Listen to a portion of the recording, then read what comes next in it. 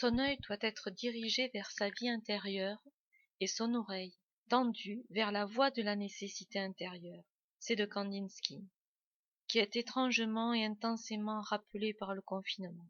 Cette première exposition virtuelle, je l'ai nommée intériorité, un mot qui s'impose. C'est la rencontre fulgurante du spirituel et de l'action, de l'espace et du temps, de deux mondes. C'est voir le dedans par le média du dehors, dire la crainte et le doute, dire la joie et l'espoir.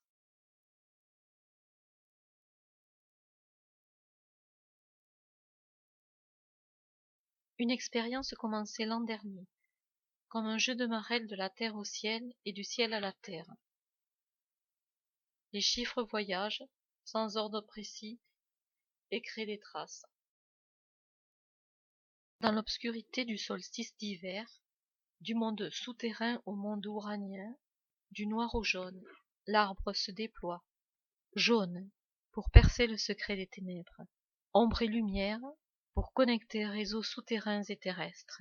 Du sang noir et jaune coule, jaune d'or du mystère du renouveau. Et écoutez, écoutez un jour de printemps 2020.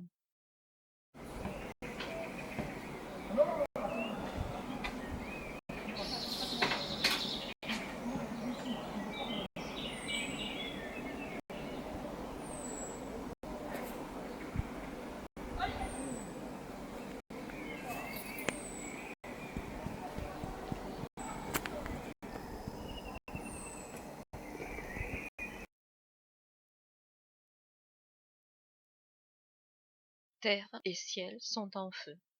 Le ciel est lourd, la terre légère. Suffocation, interpénétration.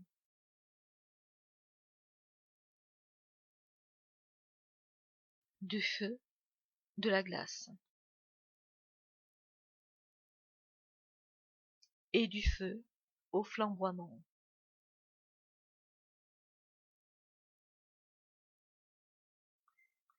La nature est consumée, la nature se consume, mais le cœur est intact.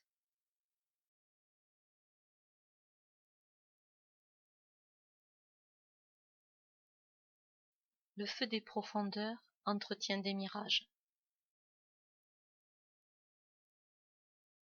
Des reflets à la surface de l'eau, des reflets trompeurs, vision trouble. Ici aussi de faux reflets, des illusions. Serait-ce une autre illusion? Quand l'arbre croît, la pierre s'élève.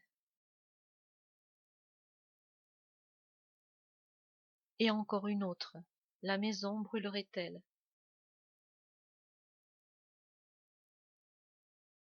Dans des nervures cramoisies coule du feu et du sang.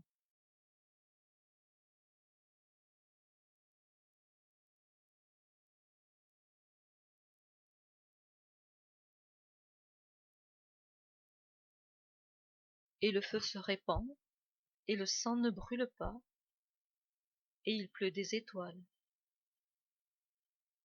L'eau gèle.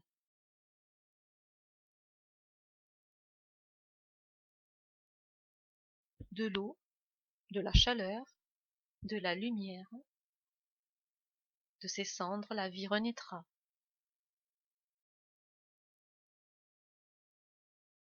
Dans quelques jours et dans quelques nuits, l'arbre portera des fruits.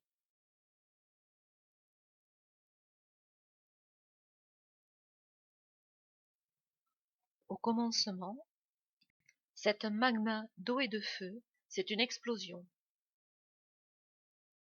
Une lave végétale coule à l'extérieur, et aujourd'hui, à l'intérieur, une nécessité coule, impérieuse, implacable, indispensable.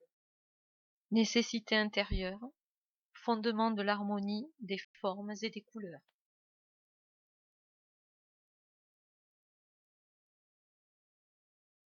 Sans oublier une petite dose d'acidité. Le sang de la terre contient des promesses.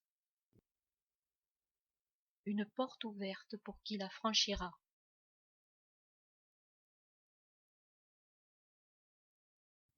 Ombre,